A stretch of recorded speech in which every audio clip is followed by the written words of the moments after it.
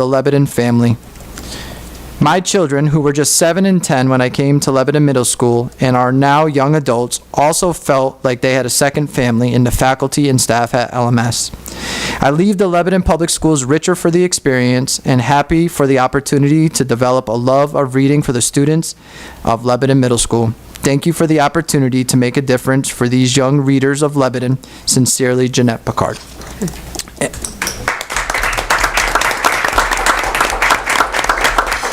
And most often, Jeanette is in the audience, so I'm hoping she's watching from home, and if not, I will make it a point to see her again. I've already congratulated her and thanked her, and as she mentioned in her letter, in addition to all the teaching she's done within Lebanon Middle School, it's been my pleasure to partner with her in her role as the LEA president, and I wish her nothing but the best. Thank you, Andy, and also just to echo that, I'm truly grateful for Jeanette. You know, she is truly dedicated, and I wish you were here tonight. But I do just want to let you know, if you're listening or watching, that the board is truly grateful for all of your input and again the partnership and the dedication that you've given to the staff and students. Obviously. Thank you. All right. Anybody else? Okay, we'll move on to the public participation. According to the Lebanon Board of Education bylaws, the bylaws read that we will allocate up to 30 minutes for public participation, with each individual speaker allocated up to 2 minutes. At this time, are there any members of the public who wish to speak this evening? Yes! Come on up. Diane, come on up. Make sure that the microphone is turned on away from you. Am I good? You're good. Okay. So my name is Diane Eyre. I am a Lyman Memorial High School English teacher since 2001. I've been the department head for over a decade. I would like to address what happened at the last Board of Ed meeting, wherein this play, Curious Incident of the Dog in the Nighttime by Simon Stevens, was deemed inappropriate for the sophomore to senior drama class that I will be teaching next year. The reason stated is that it contains profanities and students would be forced to read those words aloud in a drama course. First, as a department, and I believe as a school, we would never force our students to say words that they are uncomfortable saying. We are professionals who care about our students. Now, literature is a reflection of real life, and people do use profanities, but again, we aren't making students say them aloud, even in a drama course. The confusion may have been that in an actual stage production of a drama with ticket sales and such, you must license the play, and the contract is signed promising that the play will be performed verbatim. But this is not the case in the classroom. Furthermore, when I went to the subcommittee that made the recommendation and spent over an hour defending our pedagogy, explaining our curricular revisions, and detailing how this play is worthy of classroom study, I was told that it wasn't actually the profanity that prevented passage of this play. 2 board members clearly stated that it was their religious beliefs that prevented this play from being approved. That's beyond disappointing. It's alarming. As we continue to put text forward for your approval, please keep in mind that teachers with decades of experience in this district have read and vetted multiple texts for every single one that we recommend. We do our due diligence to put our students' best interests first, and I am asking that you do the same. Thank you. Mr. Brody, would you like to come? Did I see your hand up? I'm sorry. Yes. Okay, come on up.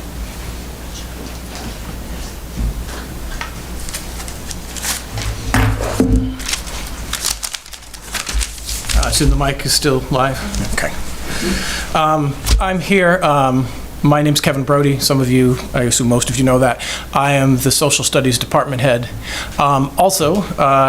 As far as this situation goes, I'm here to express support for my colleague Diane Eyre, and not only for what she said, but also for the principle that she's defending.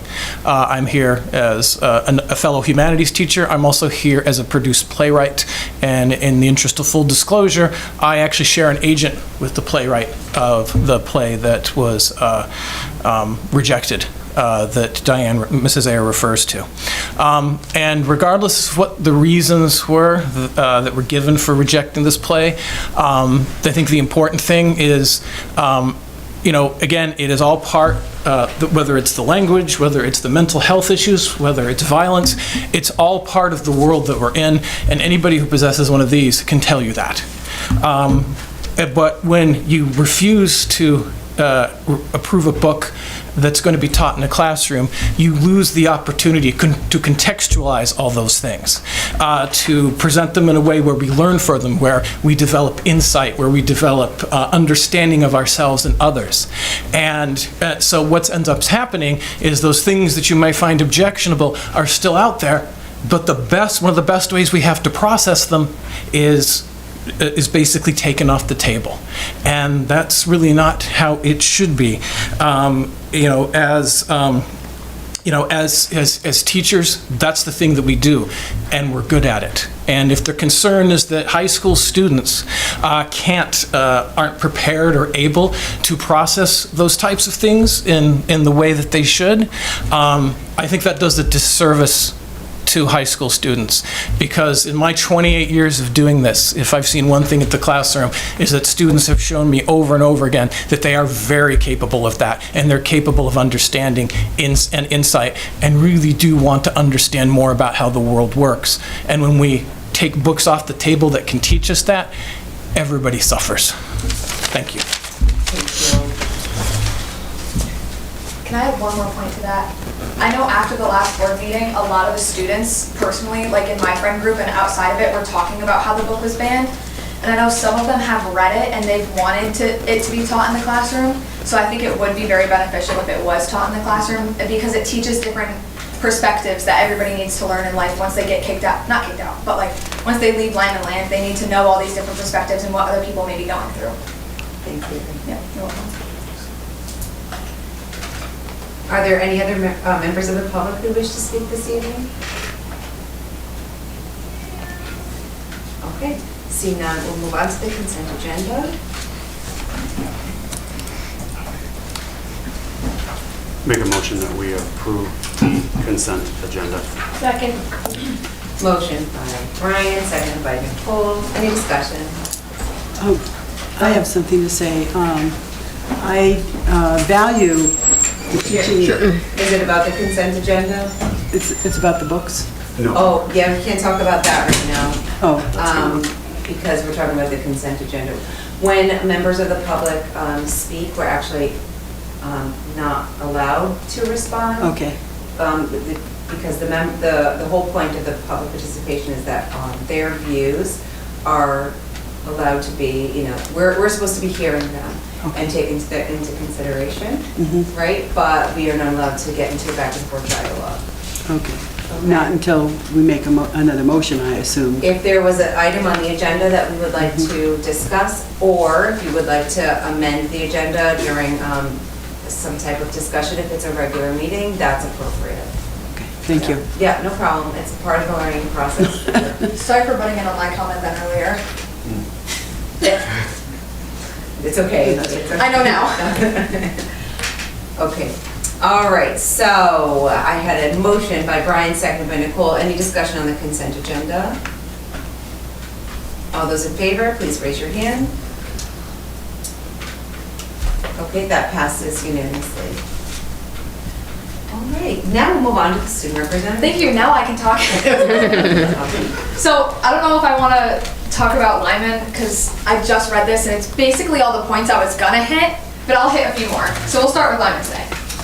Spelling bee, Ryan Spellman 1, ironic last name. I had that one waiting all month.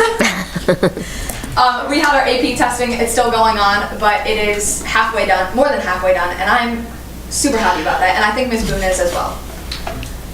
We had Spirit Week. That was actually a really fun Spirit Week. Not many people attended, but it was still super fun. We had games like a rolling table.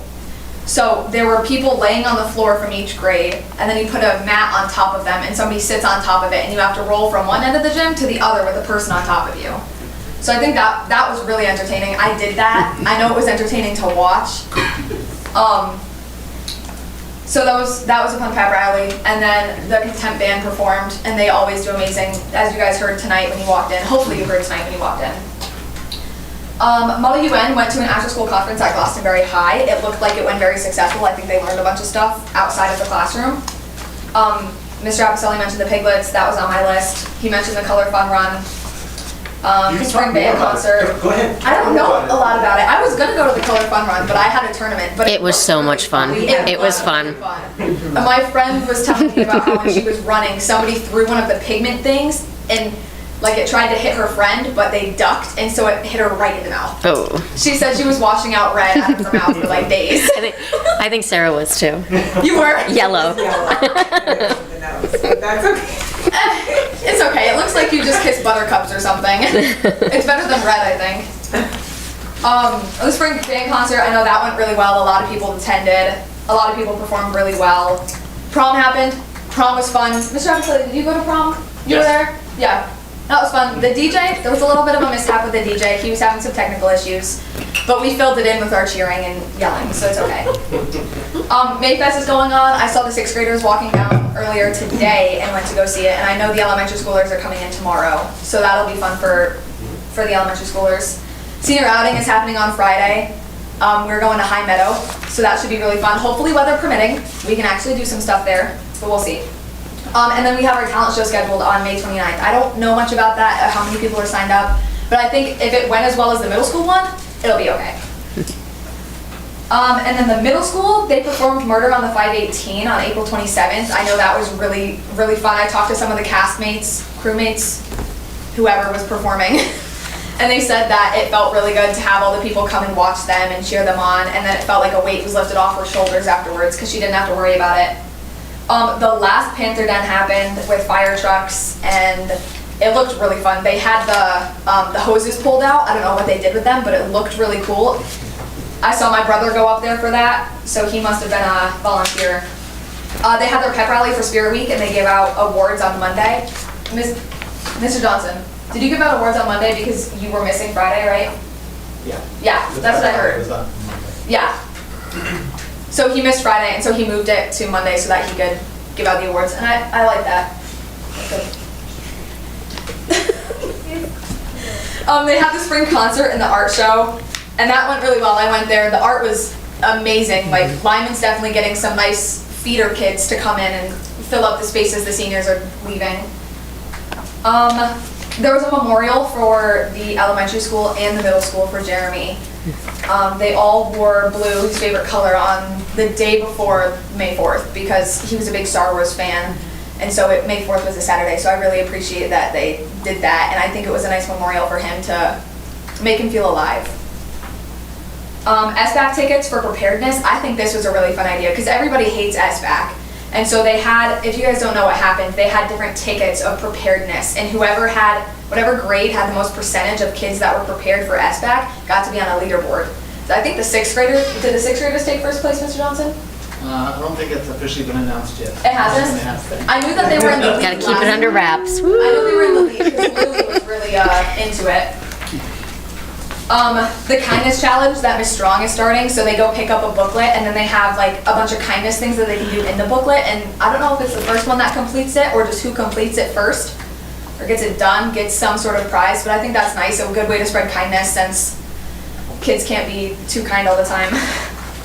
Garden Club had their sale. They sold almost $400 worth of things. They sold herbs, plants, flowers. They did a great job, and Ms. Fedolari did a great job announcing it every day after school. And then the 8th grade job shout out, I believe they're presenting on June 1st, but I know a lot of them had to have it done by the last Friday. So I think that'll be really fun. I know a lot of them did some cool things. My brother did a carpentry thing. Macy Knockenhauer, I think she shadowed a Broadway performer, so that's really cool. Wow. And then lastly, for LES, everyone started tile art again, so they took the tiles off the wall and painted them and put them back on. I love the tile art. It's nice to look up and like daydream with it. Kindergarten orientation happened. I think that went well. They celebrated Earth Day by painting little Earths with eyes and going out and picking stuff up. The third grade spring concert happened. They said Miss Schumann said that it was kind of hard for them to hear at first, so it was a lot of problem solving with the sound before everybody came in and listened. But besides that little issue, they did great. The whole band and chorus concert, I know a fan favorite from that was Band Rock, performed by the 4th grade band. Every single kid that I talked to said that they really liked the last song, and that was the last song. So, PTA Teacher Appreciation Week, they had different themes. So the whole theme of the week was campers, and so they did different days based on different themes. So like one day was a s'mores theme, they got to make s'mores. One day was trail mix, they got to have different trail mix and like make their own. And then I think the same day as the s'mores day, they did a sunflower day, and Lyman came down with a bunch of sunflower seeds, and I swear, every single kid had a thing of sunflower seeds. I was seeing them walk up and down the hall, and they still had their little seed. And so the incentive for that was that you grow the seed throughout the summer and the end of the school year, and then when the Lebanon Fair comes around, the person with the tallest sunflower gets $100. And I think I would do that. We killed ours every year. Children's Book Week, there were different guest speakers. I think they had a good time with that. I didn't hear much about it, but they dealt with it. First graders went to their field trip to a nature preserve. That sounded really fun. There was a school-wide literary and reading assembly. I talked to Miss Ost up in the office, and she said the kids really loved that, especially her Charlie Kearns. Third graders went to the Lebanon Green with the Historical Society. I loved that one. The bike and hike was always fun when I did it, especially the third grade one, and I know the people at the Historical Society are great people. They honored the lunch ladies, I believe, last week or 2 weeks ago, and I think that's really nice because I feel like the lunch ladies don't get that much appreciation for all the work that they do every single day, 2 times a day. It's a lot for them, and I'm glad they appreciated them.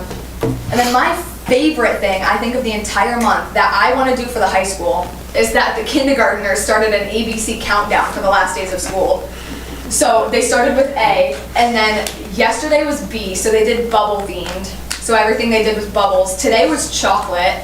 Like, Mr. Abiselli, can we do this? Can we do this? Today was chocolate. Tomorrow's dance party. Like, I don't know if they do different math and English things regarding those, and then actually doing the act or eating the chocolate. But I really want to do that. And then they have the book fair coming up soon, or if it's not, is it up already? It's next week? Because I saw the sign. So, yep, that's what I have for this month. Breathless. What? No, I said you're breathless. Oh, yeah. That's a lot. I talk a lot. No, that's good. Thank you. You're welcome. Thank you, guys. Thank you. Thank you. Thank you. I'll see you in June. Your last one. Countdown begins. Right. About that. You'll be on like miss X you. that day. Yeah, I'll be coming in PJs. TV. Okay, great. We'll move on to our reports of committees. Dawn, do you want to start? Superintendent Val? Sure. We've met twice since the last meeting, and we'll talk about it later tonight. Thank you. Sure. Rachel, finance? Okay, we met this evening, went over the 2023-24 budget. We're currently at 19.14%, which is right on target with historical comparisons. I think the 5-year average was 16.79. Is that right? Yep. If there is no unexpected expenses this fiscal year, we're projecting a small surplus at the end of the year. Some of the things that we could do with that surplus is trying to change the way we purchase summer cleaning supplies. Rather than purchasing them in July and starting out the year already spending some of those funds, we can purchase them in June using this fiscal year money and have the supplies set up ready to go for cleaning to start as soon as the school year ends. Other options was hoping to maybe fill some oil tanks up now instead of waiting for the fall, trying to be proactive with that. It was discovered that there are several unused phone lines that we're working on getting them off our invoice, hopeful savings for May and June. And then also Martha found an unexpected savings in Medicare of $4,300.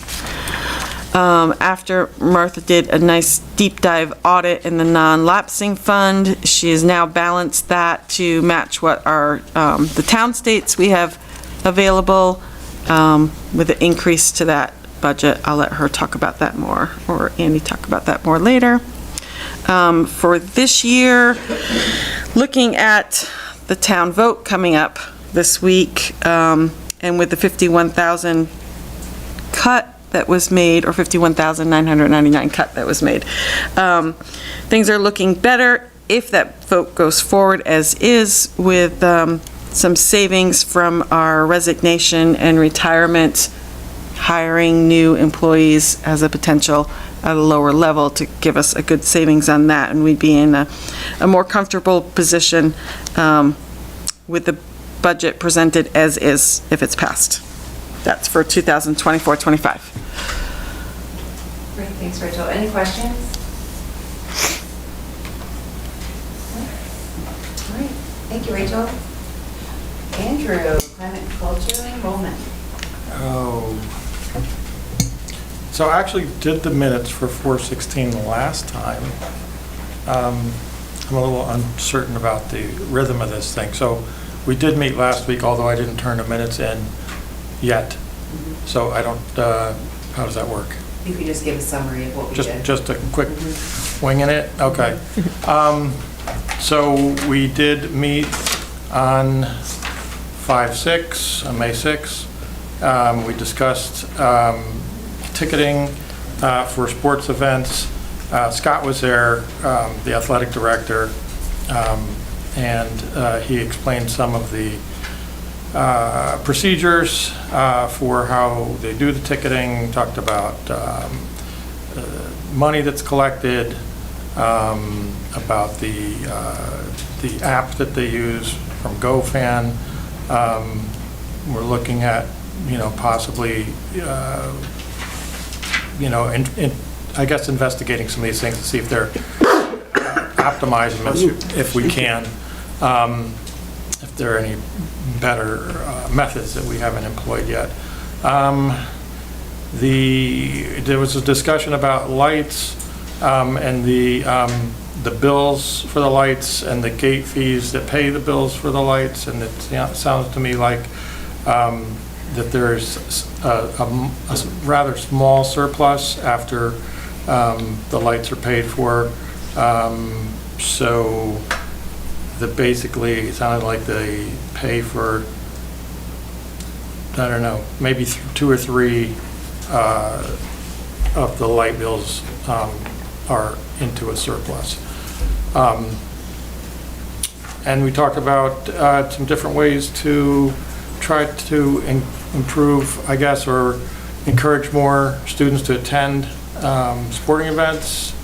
It sounds like COVID sort of took the air out of sort of public events or something like that. I'm not sure how that works, but that was that's what I got out of that. So we're looking at some different things, ways to encourage people to get to the games, be more, I don't know, more spirit, more involved. So I think there's some more PR that needs to be attempted to try to encourage that, encourage students to get out. Sending schools, there wasn't any particular updates on those, I don't think.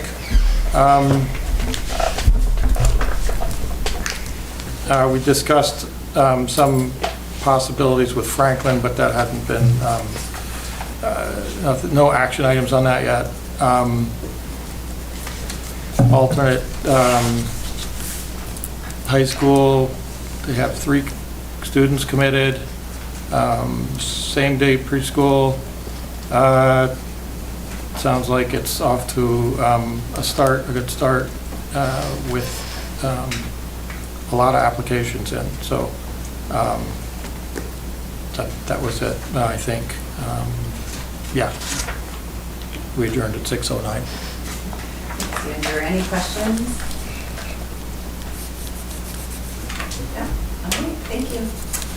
All right, Alexis, safety and security and/or negotiations. Negotiations did not meet. Safety and security met tonight. We discussed our ongoing security initiatives and focused on year-end events, just to make sure that we are all going to be safe for all of the outside events. Great, thanks, Alexis. All right, Nicole, facilities?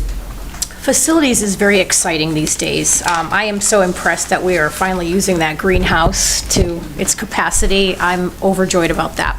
But we met this evening. We began talking about the LMS asbestos project, which is estimated start date will be June 24th. Locations for removal of the furniture, it has been secured, and we may have to ask for more money if we were going to bag up the books rather than have them removed and have teachers come in the summer and put them all back. Next, we talked about the summer projects, and some of the new things we're going to be doing this year is getting the Pass Academy classroom ready, the all-day school day pre-K established, a water tank inspection, some sprinkler maintenance, and then we will be scheduling a June walkthrough with the Board of Ed, and Andy will let us know about some possible dates for that. And then the 2 exciting things are the LES gym floor project will begin hopefully around June 17th. It will take 5 weeks approximately. The materials have been ordered. It may be under budgeted, so we may have to find some funds from non-lapsing to complete that project. And then finally, we talked about the other exciting thing, which is the LMS gym floor, which the start date has yet to be established. It'll take about 2 to 3 weeks to complete, and there will be a logo of the Panthers put in the center of the floor. And that floor has not been updated in 40 years. So it's going to be so exciting to do a walkthrough this year. Sure is. Thank you, Nicole. Any questions for Nicole for facilities? No? Thank you. Policy, Brian. So policy met last night, May 13th.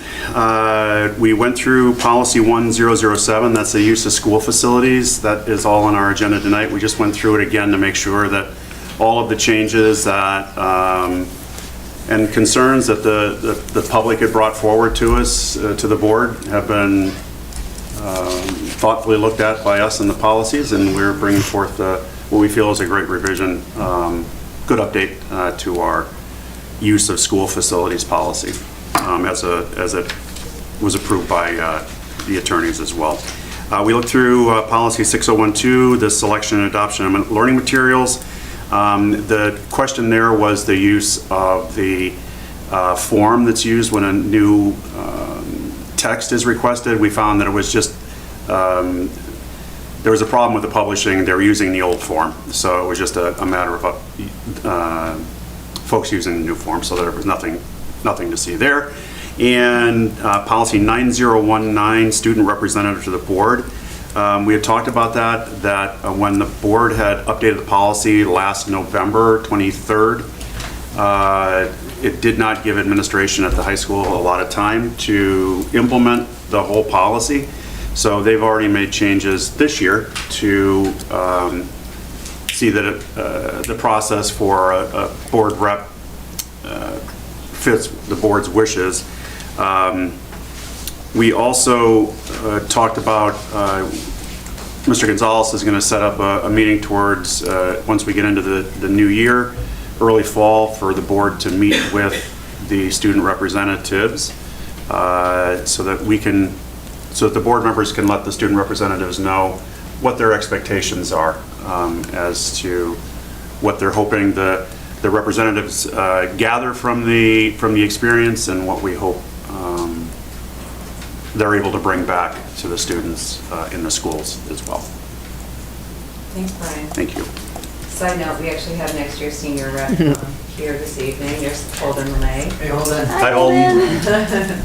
Just so you have a face to the name there. Okay, all right, any questions at all for Brian, policy?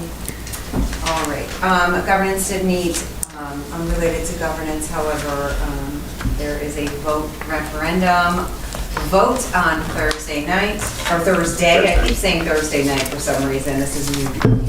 Referendum on Thursday, just want to encourage everybody to go out and vote. Okay?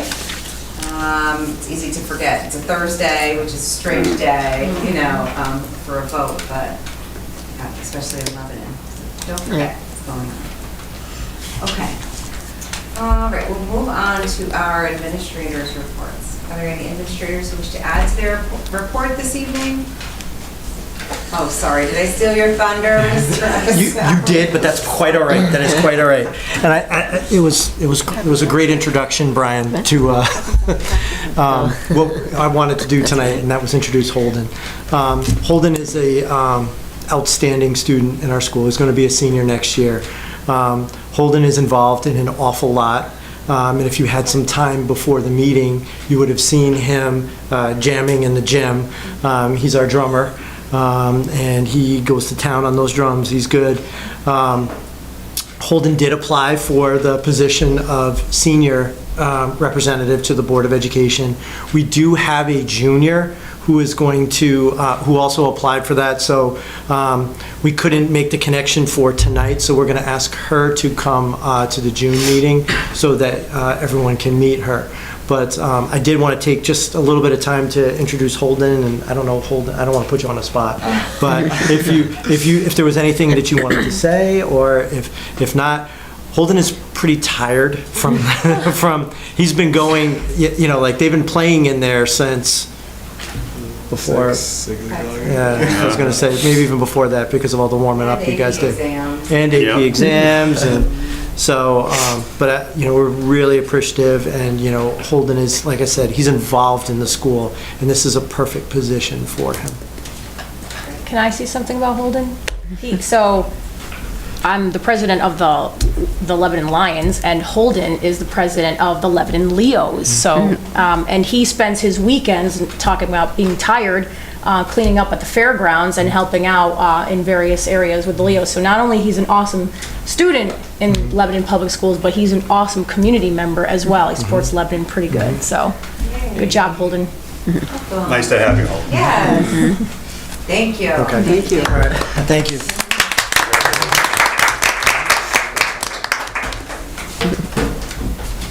Are there any other administrators who want to add to their report this evening? Very quickly.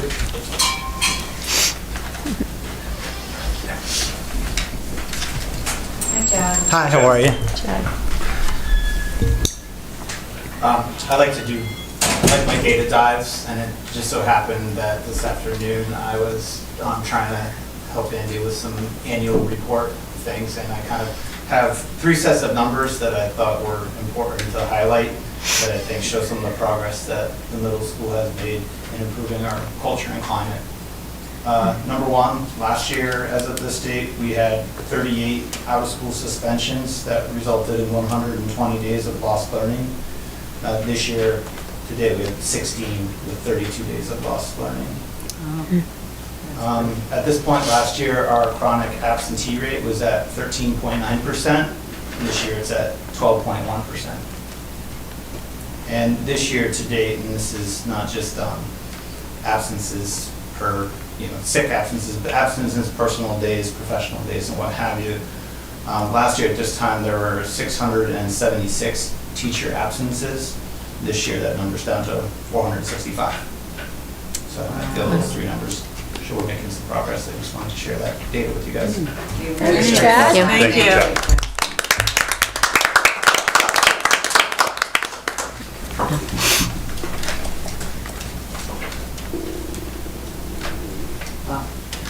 I'm just just sitting in that for a minute. Do something to get around the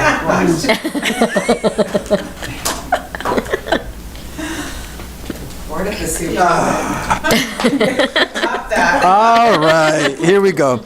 So the first item is the long-term school study. So at the April meeting, SLAM representatives provided a detailed presentation on updates of the school utilization capacity and did a deep dive into facilities assessment and finished up by sharing some next steps.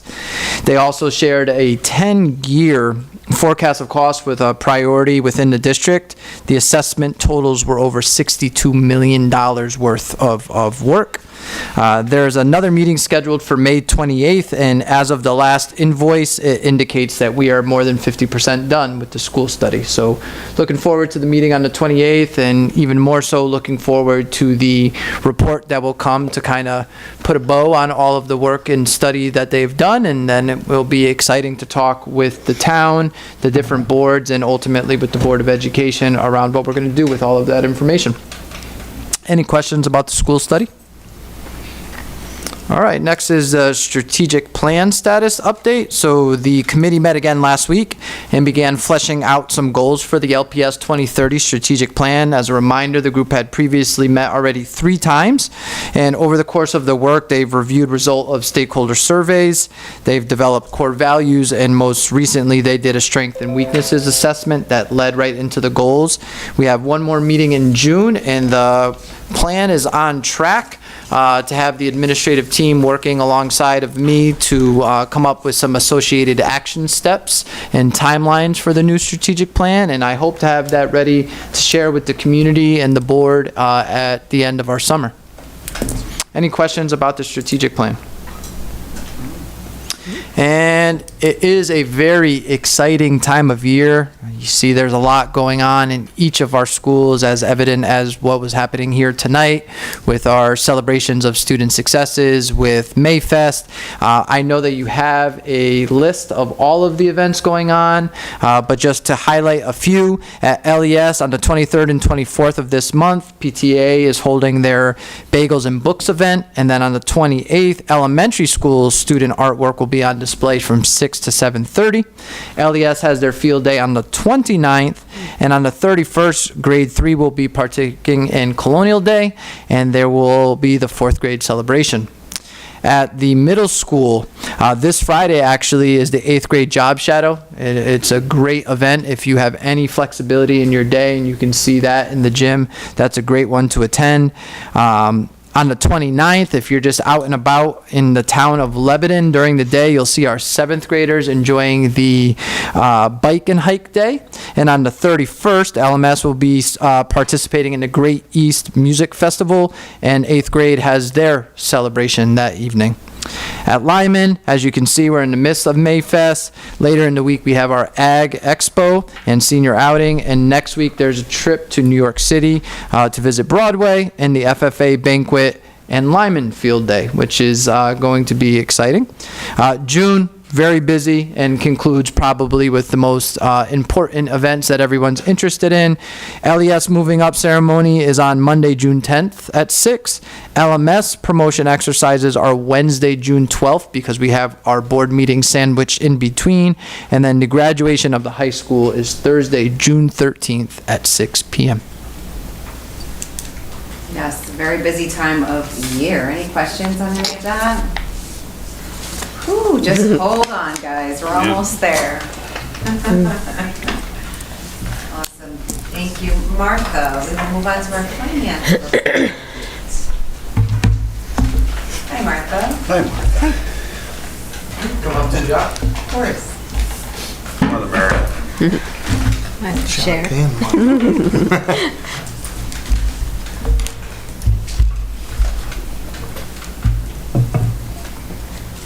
So we already highlighted the 23-24 budget where we're at right now. We do, right now we're looking at a percent remaining of the 19.14%.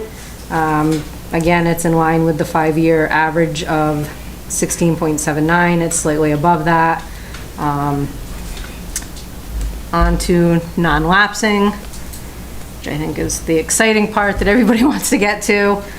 I took a deep dive into the reporting of our non-lapsing account and did a lot of analysis and was able to tie the balances to the balance that's been reflected on the town books. The actual balance in the non-lapsing fund is $196,000. With projected projects that have already been approved, that are in progress right now, that are not completed, our projected balance is $159,000. The projects that are in process are the Lens project, which has $31,000 earmarked for it, the override ports for the Lens project, which has $3,000, and some small money that's left in another project that's been ongoing with some exterior painting. So that's the exciting news, is the balance in the non-lapsing is more than what we had anticipated. It's awesome. Thank you for sharing that, Martha. And I know a lot of us heard it in the finance report, and although it would be kicking our jaws up, so thank you. No. Okay, any questions on 23-24 budget or non-lapsing? Okay. How about the E-rate funding? E-rate funding, I don't know if anybody knows exactly what that was built for, which was created 20 years ago. I gotta admit, when I came to the school, I didn't know what E-rate even meant, but it was set to offset the cost of connecting libraries and schools to the internet. So we've been actually using it since I've been here. We did all our Wi-Fi, 175 Wi-Fi units. We replaced all those using E-rate funding. We also did all our routers in the schools with E-rate funding. And we also use E-rate funding to offset the cost of our internet connection through Connecticut Education Network, which we get we get 40%, so that's not bad for all the stuff that we can use it for. We still have funds available, so I'm always looking at how we can use that, but we've been using it for a few years and taking advantage of it, and it definitely helps my capital, being not that, I mean, I get a good amount, but not enough that we need. So I just wanted to bring that to your attention in case you guys didn't know exactly what we were using it for and what it was built for. John, can I ask a question? You said you still have funding available. How much? I'd have to check that, but it gets rebuilt. I think there's about 80,000 in there right now. But right now, it's for class 1, so there's only certain things you can use it for, like the Wi-Fi, the routers. You can't use it for like smart boards or, smart displays. That wouldn't be considered communication. Okay, thank you.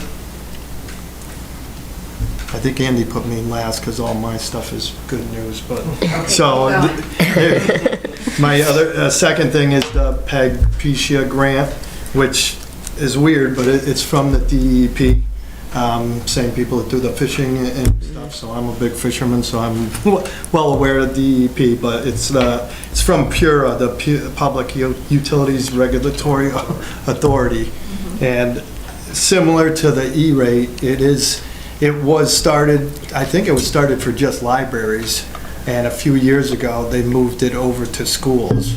So I've been looking into upgrading our live stream equipment. As you can see, I don't want to do this every time. They sell now IP cameras that we could get hooked up, and IP microphones, and Miss Mike and I have already talked about doing some kind of live studio for the kids to do a news program or sport, whatever broadcasting program.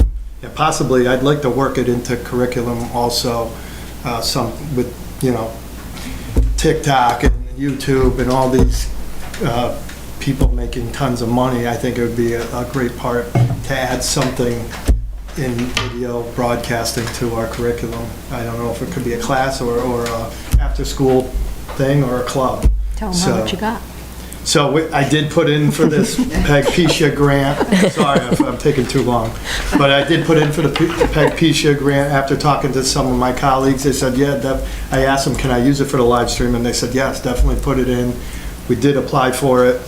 I asked for 150, but we ended up getting 20,000, and that's confirmed as of May 1st. It's finalized, and I'm working with Martha on how we go about getting the money and recovering the money, or Right. every grant is different. She could probably explain it better than I It's can. a reimbursement process, so he has to expense the money, and then we get reimbursed. And even though the 20,000 sounds low compared to what we asked for, a lot, like, I did over ask- 100 yeah. schools, organizations applied for this money. So what they did was they took their pot of money and divided it evenly across. So basically, everybody got $20,000. It's $20,433. So they just divided their pool of money among the people that were selected. There were 4 that were not selected, and they're very blunt about why they weren't selected on their website. So that was interesting, but yeah, we did get that money, but it's equal across all schools, so, or organization, because it's not just public schools. There were colleges and other organizations that also applied for this, so. Great. Yeah, it's exciting. And I, Nice and job applying for it. Yeah, And thank I- you for applying. Yeah, no problem. And I was told by my colleagues, hey, you can't go wrong by putting 150. Nobody's gonna get Right. 150. But like Martha said, this year there was so much interest in the program that I don't think they could take the time to say, okay, this school's gonna get 30, this one's gonna get 40, this one's gonna get 20, and that's why they Right. went with that. But we did qualify, and good news that we will be getting that money, and I will be working with Ms. Mike to get that set up as soon as we can. Summer, more summer projects. And more summer projects, the phone lines. The phone lines, yeah. I just showed this to Martha. We did, I mean, it's been talked about in the finance, but with the Lens program, me and John and I, sorry, were tasked in finding a phone. They wanted a copper phone line for the emergency notification system. They don't want a voice over IP number. They want a straight copper POTS line. So when John and I started doing that, we noticed that there was numerous numbers that were there, and we found out they were still on. And I think a lot had to do with old HVAC systems, old fax machines, old phone systems even. And long story short, I disconnected 37 POTS lines, and it's going to be retro as of May 6th. Andy and I are trying to see if some restitution we've been paying for these lines and they haven't been used.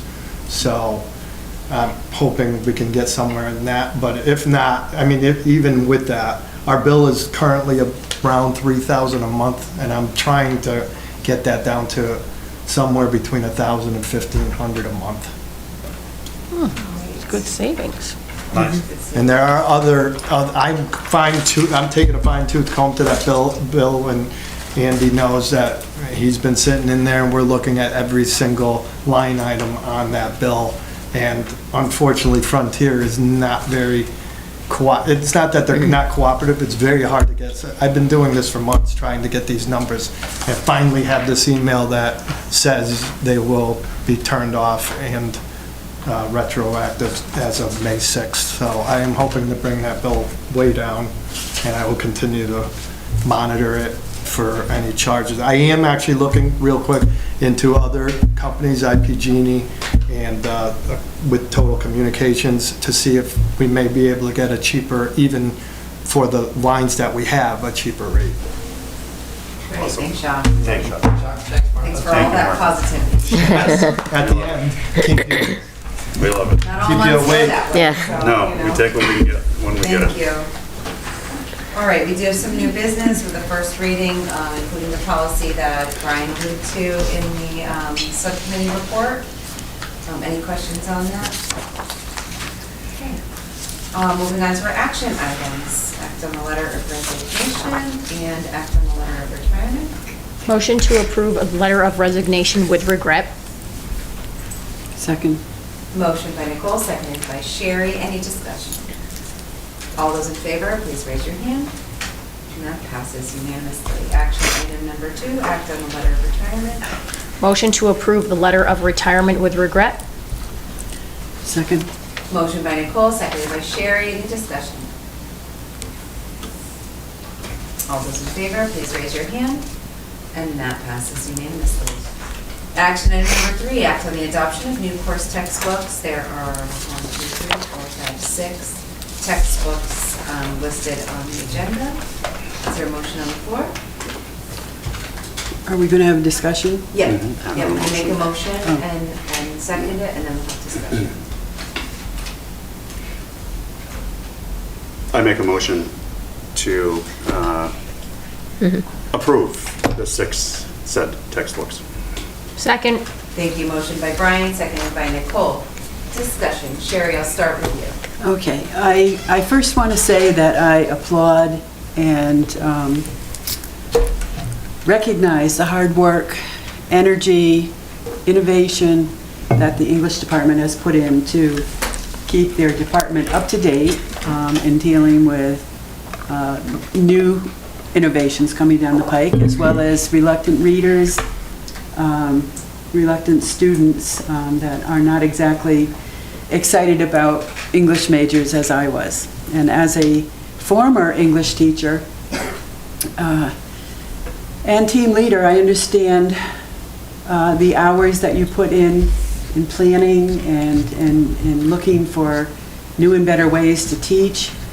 Your day is longer than probably any other teacher, and your days do not end. They go into the summer with lots of planning and dedication, looking for innovation. So with that said, I want you to know that I applaud all of your hard work, your energy, and your dedication to your job. The other side of me, as a retired teacher and as a mother and a grandmother, and in thinking of inclusion and diversity, I realize that we need to be sensitive to other families' values and beliefs. And some families may have some shock and some hesitation about some of the language and some of the themes of the books. So in trying to come to grips with my hesitation about allowing all of the graphic novels to be accepted, I thought, well, what could be a good solution? And I thought, and this is also in recognition of the hard work you've done in trying to reach out by putting these books in the library for public viewing, and possibly notices going out. I'm not sure about that, but I know that you've tried to share these books with the public. But I also know that many parents are very busy with work and sports schedules and kids and dogs, and maybe haven't had a chance to check these books out. So because this is a new and evolving innovation for teaching English and making our students better equipped for literacy, I would like to suggest that maybe we take it one more step further and offer some sort of letter or notice introducing this new innovation, and certainly explaining the benefits and the strengths. Also, maybe giving, if a student has signed up for it, give the title of the book that the student is trying or would like to read, and give parents a chance to respond on that notice if they feel they need to opt out. Otherwise, they'd be considered accepting it.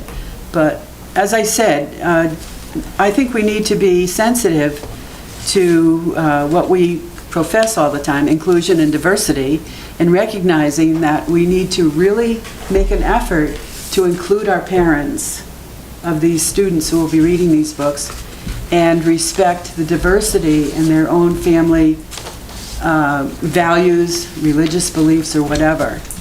And I certainly understand that we can't have our students graduate without being acclimated to current challenges in the world. They're all around us. The world's evolving, so we need to help them in a safe environment, which is the classroom, in deciphering and analyzing and becoming acclimated to these challenges. So again, my hesitation is only precluded by recommending that we take one more step, and before a graphic novel is given to a student or accepted, before we accept a student for this particular study, to notify the parent, give them a chance to know what the graphic title is and the author, maybe give them a little overview of it, and also maybe some additional resources to set their minds at ease and to let them know that we care about acclimating our students to current events.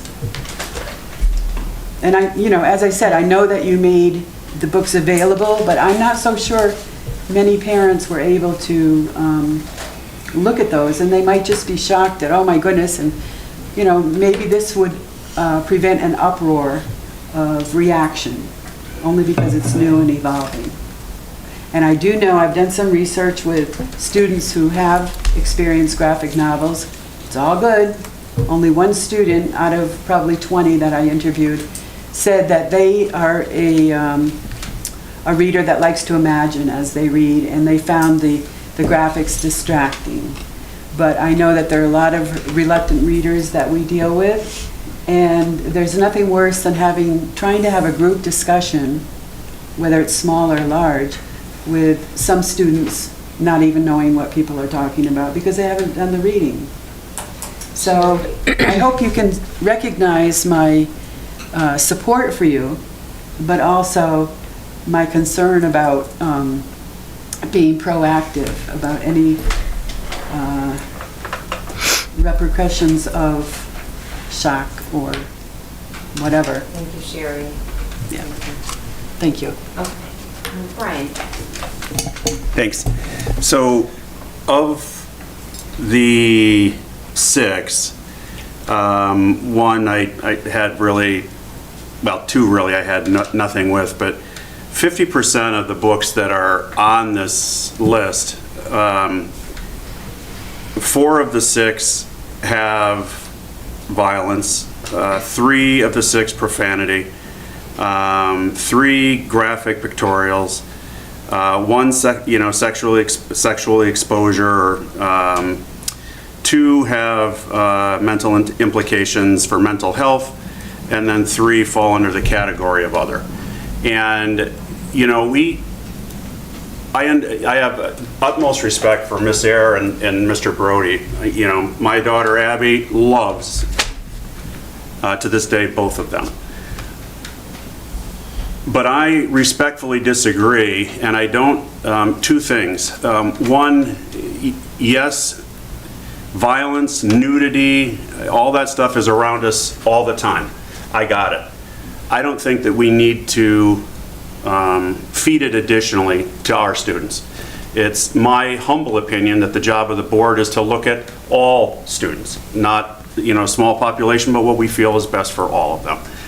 The second part of that is, on some of the explanations for the books, it felt to me like I was being talked down to, or the board was being talked down to. That in the other explanations, it's not another explanation of the book, it's someone's opinion. And I just don't appreciate that. Many of us have advanced degrees too. And no, I am not a teacher. I am not certified in education. But I'm some dumb, but I'm not plumb dumb. And I don't appreciate being talked down to.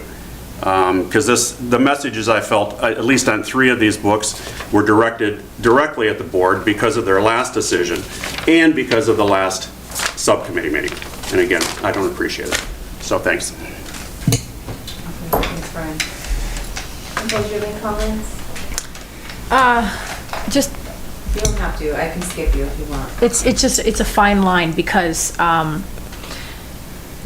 I totally agree with Diane Eyre saying that she's been doing this for so many years and she would never do anything to harm the students. I totally agree with that because it's something that is all around us, and I trust that she's going to talk to students in a very professional way. I've also seen teachers get in trouble by opening up a can of worms and parents not knowing specifically how it's being handled, and next thing you know, like, a teacher is put on leave. So I'm just, I want to totally trust Diane in her judgment on using these books. I think that, that we owe her that because of the years she's had in this district and her professionalism. It's just this one book that's sexually explicit. I mean, I'm really hoping that she's got a way to make kids feel comfortable with that topic, and the ones that don't want to talk about that, just don't talk about it. So that's all I have to say. I'm going to keep going, but I do want to just make a comment and maybe ask more of a question. And nobody has to answer it right now because you're probably not prepared for it. But my understanding, if we go back to when we adopted these courses and we moved to shift the English department, was that there would be curriculum developed over the summer. Is that right? We chose the books, right? And the curriculum would continue to be worked on and created over the summer. Is that accurate? Because we need curriculum, obviously, to teach the course. Not just the text, but what is the curriculum that's being taught? Like, what are the questions being asked? How are they being discussed?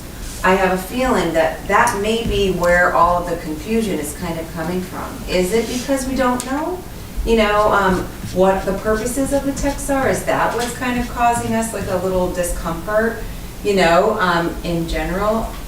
I'm wondering about that. Would it be beneficial for the board to see more of that curriculum component approved kind of with the text in mind? That could be, a question that we kind of go back to that might help everybody understand the reasons. Now, I'm not saying, like, I want to see a bunch of violence in all of the texts, like, I understand violence is everywhere, but I don't want to see it in every text. So, or every, so frequently. But I just want to throw that out there and ask the question, is that kind of where this uncomfortableness is coming from, and we're kind of going in one direction or the other over how the text is going to be used, what portion of the text is going to be used, who is required to read it, who has a choice to read it. I think those are some questions that might be worth asking and answering. I'm going to come back to you, Sherry. I want to give everybody on this side of the room a chance to speak too. All right, go ahead, Alexis. So completely agree with the timeline that we've already, and I don't need to repeat all that. We all have our preferences, like, I'm not gonna go, I'm not gonna watch a scary movie. I just don't like that type of, that's just not my thing. I do agree with Nicole. I appreciate Diane Ayers coming to the last meeting. I did attend that meeting because I was interested in the content and how the last board meeting went. And I wanted to attend that meeting because my time on the board, we've never not accepted a book, and I left and that bothered me. So after listening to Diane, her presentation and her passion, it made me almost want to go back to that vote and bring that book back. So that's number one. Number two, again, these graphic novels may not be my choice, but I will kind of err on the side of our teachers and putting the faith in what they're doing. I am concerned with the theme. The theme of every one of these books is very similar, and I'm just questioning why they're all very dark. There's a lot of graphic novels out there. That's my question to go back. So I'm not prepared to vote on these right now because I have too many other questions. And again, I would like to bring another one back to the table because of the information that I received from the last subcommittee meeting. Okay. Thank you. Any thoughts? Yeah, I piggyback off of what you just said. Dystopian is a theme in a lot of these, and I also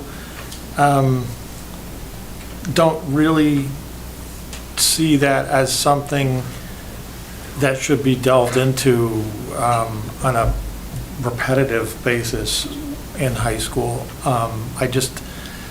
there's a darkness there that I don't appreciate it. You know, there are plenty of other places where kids can get that and on their own. So I don't really find the value in it. I also, to your point, Sarah, I do think there are more questions that need to be answered. So, for instance, in terms of context, if you looked at something like the Doll's House Part 2, you know, is part of the teaching agenda going to be about looking at the themes of misogyny and gender bias in that? Or, you know, because that's the thing, that those parts of these, they don't bother me unless they're glossed over. If that's being presented in a way that's going to, you know, have discussion around it, and there's something to take away, then I feel more comfortable with, you know, with adopting these. But if that's not really where they're going, and I don't know, and so that's where I'm sort of at a crossroads myself. So. Rachel? Don't feel like you have to speak, by the way. You don't have to. I don't mean to. I'm just going around to see like everybody wanted to talk. I just think that that maybe this is a small portion, right? That these books are a small portion of the larger curriculum. And then maybe we're reading too much into, like, this is the entire curriculum, is these graphic novels and darker books. So maybe we do need to look into more, to what you were saying, the entire curriculum, or a synopsis of it, that this isn't all what's going to be taught in the classroom, are these books here. And then I just wanted to say, I don't know if it's right to bring this up, but as far as asking for parents' approval of these books ahead of time, as much as I respect the sentiment of it and wanting parents' values to be upheld, I just think it's kind of a dangerous slope if we start asking permission for parents. On this book, it's opening it up to every textbook, and every book that is used in a classroom now has to be approved by a parental before being used. I also want to point out that parents can go and look at the curriculum online and see what books are being taught in each of the classes and make that decision with their child. I agree with so many things that were already said, but especially the fact that I think we need a bigger picture, and last meeting, several people expressed the desire to not vote on that particular book because they didn't feel like they had enough information, but we were kind of forced into it. We were told we had our 30 days, we have to vote on it. That's not how we typically work, so I hope that the fact that people express that they were not prepared can make us reconsider or really look at how we deal with situations like that. I also feel like I would rather have a bigger picture because I don't mind dark, I don't, but I do like it balanced with a little bit of light as well. So I'm not opposed to any of these books, but I would also like to have a bigger picture. Yeah. All right, I'm going to go back for brief comments. I know, Sherry, you said that you wanted to say something else. I have no doubt the expertise of the English department in presenting any book and pulling literary devices and making it educational and memorable for their students. I just think it's only fair, because this is new and innovative, and there have been other challenges to other school systems about these very books. And just to be proactive, I thought that it might be sensitive to offer, because they're new, offer information about these books and give the parents the right to decide, just as we have a right to decide on our vote here, whether they want their child to be able to read that book. I also feel that, as I said before, parents are very busy these days, and I think that the general consensus is, well, if the board approves, it must be good. And then if they later find out that they've got problems or concerns, then that's going to erode their trust in us as guardians of our students, basically. In the program of studies that Lyman puts out, it's on the website. It has a list of all the course offerings that students can choose. They go through that with their guidance counselors, they go through that, with administration. There's a summary of what would be covered in the course. Of course, I can't pull it up at this exact moment, but there, if there is any question about, what's going to be covered, the parents are well aware of what will be included in the course. If they have a problem with the textbook, there is a process for that as well. We have our policy. If somebody wants to, complain about a textbook, there is a policy in our Board of Ed policies for them to follow. And how readily available is that for parents to know about and to use? So our Board of Ed policies are all on the website. Everything's posted. Yep, there's a search key. All you have to do is type it in and it'll come up. Does anybody have any other comments that, I'm going to circle back? No? Okay. We were in discussion at this point. There was a motion and a second. Does anybody want to? Okay. Hold on. It has to Table go it. to vote. We have to go to- No one votes, it's just no action. It can be tabled, can it? I think we could table. Do we make a motion to table it? Oh, I don't know the whole process. Don't you have to do the first vote first, and then you do the second one? And you can I think table somebody it, can make a motion to table it. unless you amend your vote. Hold on. Well, Let me just ask I Mr. can Google. pull back my approval to move it forward. Your motion? Yep. You'd like to amend your motion? I would like to amend my motion of approval to move these 6 books forward and to table it until next month's meeting. Second.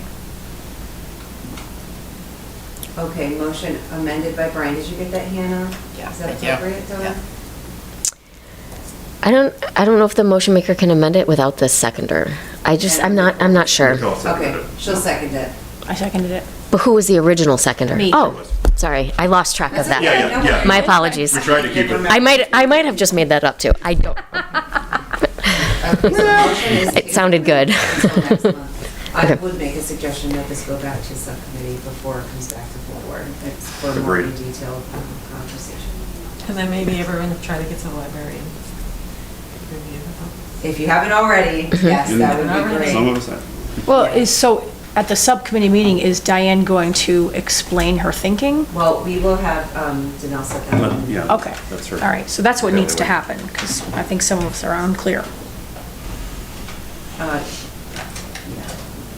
I'm wondering, like I said, I'm wondering more That's about what I wanna know. curriculum and, Right. in general. Right. My only second thought Or on we that could is, ask that it are we be- waiting to write the curriculum based on the actual texts that we've chosen? So it could be like a chicken and egg situation. Yeah. Maybe. But if that's the case, then we'll work that out in the subcommittee. I think it would help, at least for process, for maybe us to think about that process through subcommittee, through curriculum, and, how that all fits together so that not only we get a full picture, but it helps administration, it helps the teachers present us with a full picture so that we're not feeling disjointed. Great. Any other comments on that before we move on? All right, thank you. Hannah, go Did you ahead. guys actually take the vote? Oh, we didn't actually take the vote to table it. You're the All those in best. favor of tabling- Thank you, Hannah. Thank you, Anna. Please raise your hand, and that passes unanimously. I didn't even realize we didn't take a vote. That's hilarious. Thank You'd you. be surprised how often that happens in other boards. Oh, okay, It's not you guys, you guys are great. Aw, thanks, Hannah. Thank you. All right, action item number 4, act on food service contract renewal amendment number 2. Motion to accept the food service contract renewal amendment number 2. Thank you, Nicole, for the motion. Second. Oh, sure, gotcha. It's a lot of, whole lot of motion making and seconding over there. Discussion. Andy, could you give us a Yeah. little bit of information? Yeah, there's really no special amending words like we've done with, this one is pretty straightforward, so this is just something that we have to do to adjust to the new fees. Okay, great. Yeah, Martha, if you don't. Food service renewal.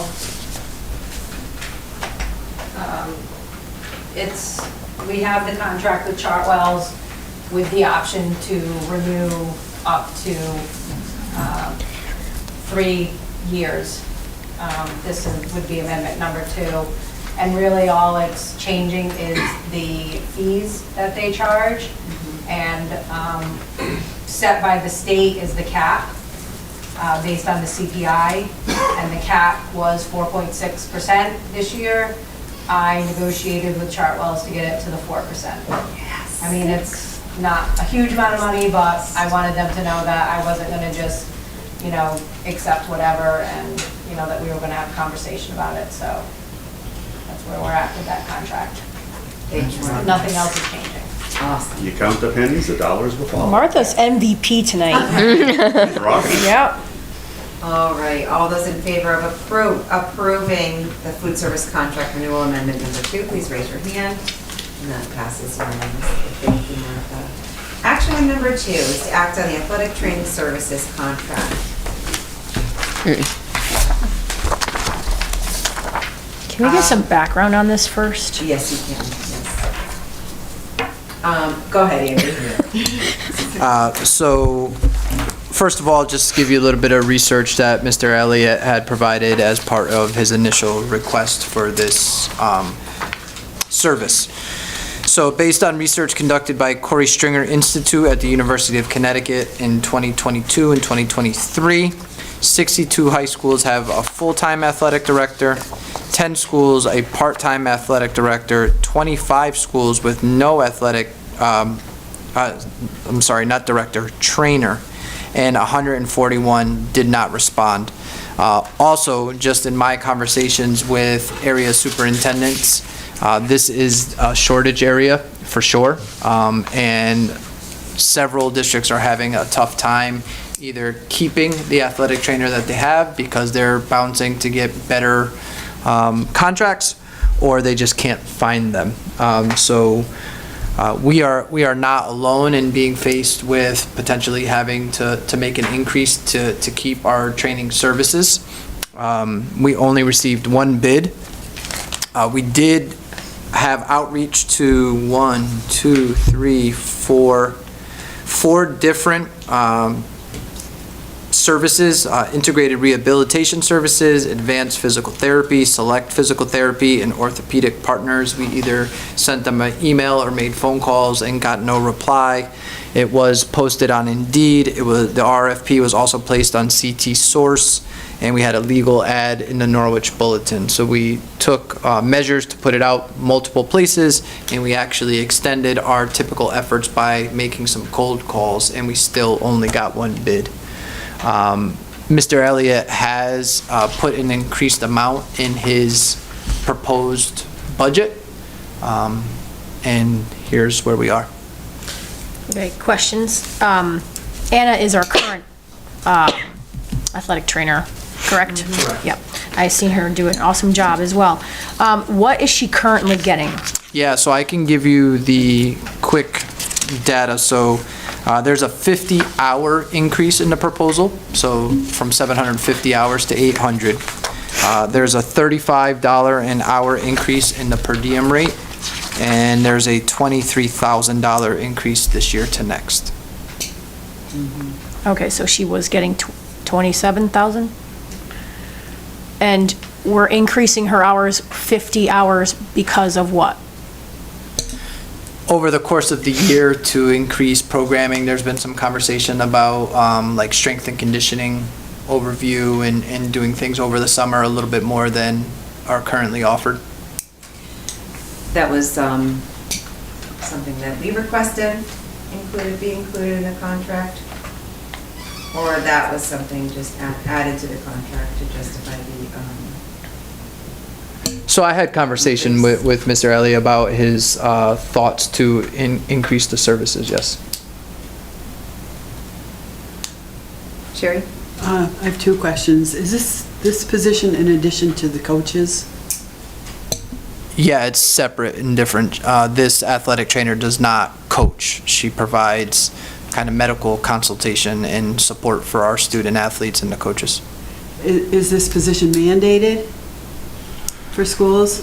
No, seeing how there are several that do not have one. Okay, and my last question is this person, or would we be accepting someone who is bonded and insured in case there is an injury and it comes back to us? Yeah, that's all part of the contract. That's all part of it, Yeah. okay. Thank you. You're welcome. Brian?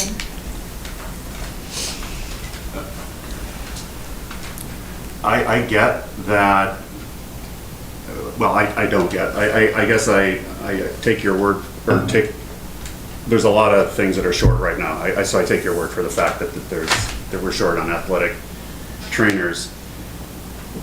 But the accountant in me says there's 50 hours, for the additional 50 hours, we're being charged $460 an hour for the additional 50 hours. Basically, that's the 23, or the difference in this year's contract versus next. I have a tough time with basically 100% increase. That's tough to swallow, but that's my opinion. Anyone else?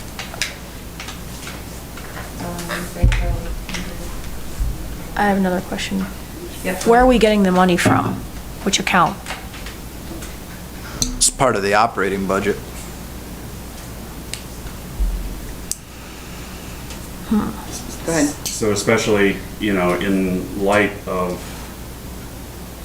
all of our tough budget decisions this year,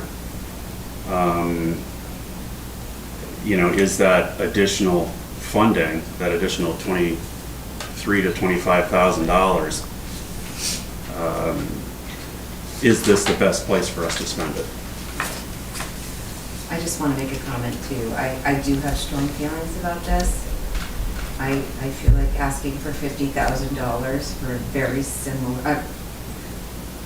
very similar service that we've been receiving for 27. It's pigeonholing us in a way. We only have one bid. Again, this is not the first time we've only had one bid, and it's not from lack of trying from administration. I understand that. But I also feel like that is very well known. And I feel like the bid is too high by a lot. I agree. I do not think we need a full-time athletic trainer at our high school. I do appreciate the services that we are receiving at this point. I'm happy with that level of service. I understand that we may potentially be losing that service if we choose not to go with this bid. But I'm willing to roll the dice and continue looking for another month if possible. Rachel? The figures that you gave in the beginning of how many schools have athletic trainers, are those comparable to our school size in athletics? Not all of them. That was a sampling of the entire state, but the outreach that I've had to superintendents recently has been districts that are similar in size to us. And they have full-time or part-time? It's kind of all over the place. Some have services that are paying less than what we're currently paying. Others are closer to what this bid reflects. And then if we decide not to go with this bid, what are the next steps? It's putting administration in a pickle, and I understand that. My understanding is there have been other districts that have maybe had contracts with a local university, and you're definitely not getting, this level of service that we have been receiving recently, So I do understand that. I just can't go to the Board of Finance and the board in the town and say, this is how much we're paying our athletic trainer. That's not something I'm willing to do. Is it possible that we could counter or request her to stay on at a lower rate? Or at, you Have know? you ever done that before? I'm not sure if that's something that, Martha, would you have any information on that? Well, I mean, once a contract is approved, there can be negotiations, but you're kind of backing yourselves into a corner. If you approve Right. the contract and then try to negotiate. Right. The better thing is to go back out to RFP and see if that person resubmits a bid at a lower price. Usually Right. you get Right. negotiation power when you have multiple contracts that you're looking Right. at. Yeah. So, we don't have that. Maybe put it back out to bid without that 50-hour increase? See what I mean, the 50-hour increase was in the bid or was not in the bid? It was.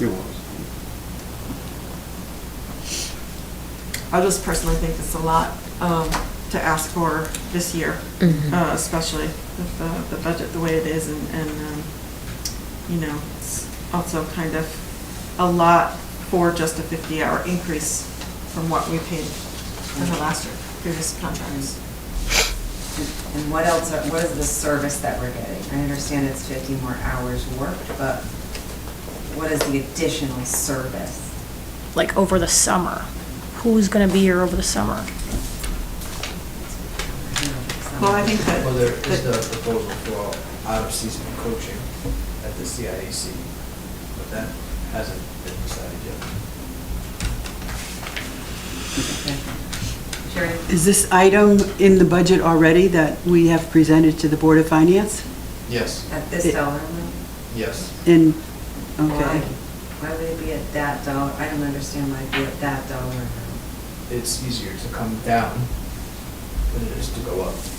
If you put in 25,000 and Interesting. then after the fact approve a contract of 50, what are you gonna get to 25? But if you Yeah, seems like. take no action, there's a $51,999 cut that we need to make. And we have the ability to decide where that cut comes from. We could take no action on this though, but then put it back out. I'd like to do that. Can I present? You can. We did not even make a motion yet. Right. Mandy was just giving us background. We probably should Oh. have been in discussion this time, Right. but that's okay. Go ahead, Rachel. So I make a motion that we decline, or is that the right word? That we You just table. do not accept this bid, and we put it back out to RFP. Is that RFP? An RFP again. Okay, motion by Rachel. Second. Second by Nicole. Any further discussion? All those in favor, please raise your hand. Okay, that is Sherry, Brian, Nicole, Dawn, Rachel, Andrew, and Sarah. All those opposed. All those abstaining. Alexis. It's abstaining. Okay, motion passes. Okay, thank you. The next item on the agenda is an anticipated executive session. Move to enter into executive session for the purpose of discussing the superintendent evaluation